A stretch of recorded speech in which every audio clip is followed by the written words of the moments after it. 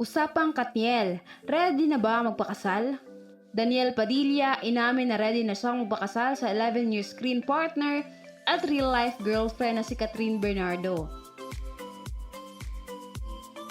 Ngunit, ano nga ba ang status nila ngayong 2023? Sa isang interview kasama ang mga direktor na sina Direk Cathy at Inang, naitanong ang usapang kasal kung ano ang plano ng dalawa.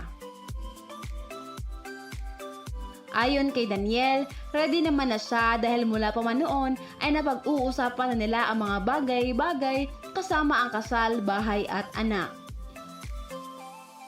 Ngunit nabanggit nito na noon pa ay plano nila sa edad na 28 ay magpapakasal na sana sila, ngunit hindi natuloy dahilan na hindi pa daw ready silang dalawa. Paliwanag ni Daniel, hinihintay niya lamang ang girlfriend kung kailan ito magiging handa. Paliwanag naman ni Catherine ay kailangan maging handa sila pareha at usapan nila ay sa edad na 30 tuloy na ang kasal. Pabiro namang tugon ng aktor na non-negotiable na ang 30. Fix at itutuloy niya raw ito. Sa ngayon ay may 2 taon na para maghanda dahil 28 pa lamang si Daniel.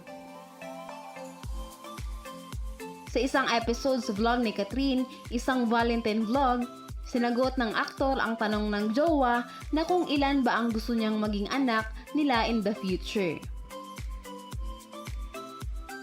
Sa isang episode sa vlog ni Catherine na isang Valentine vlog, at dahil napag-uusapan na rin ang kasal, natanong din ni Kat kay Daniel kung ilan ba ang gusto nitong maging anak nila kung sakali.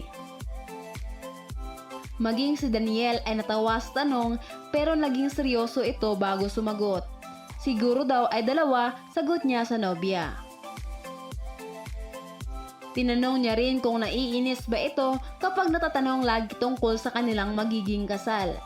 Salo naman ang aktres sa nobyo, nire-respeto daw kasi ni Daniel na may mga plano at gusto pa siyang gawin habang hindi pa sila kasal. Sinang-ayunan naman ito ni Daniel pero sinabi rin nitong bagamat hindi sila nagmamadali sa pagpapakasal ay ayaw din nitong masyado silang malate pagdating sa bagay na ito. Hindi rin pinalagpas ng aktres ang pagkakataon na matanong ang boyfriend kung kailan ba ito huling naging proud sa kanya bilang kasintahan niya.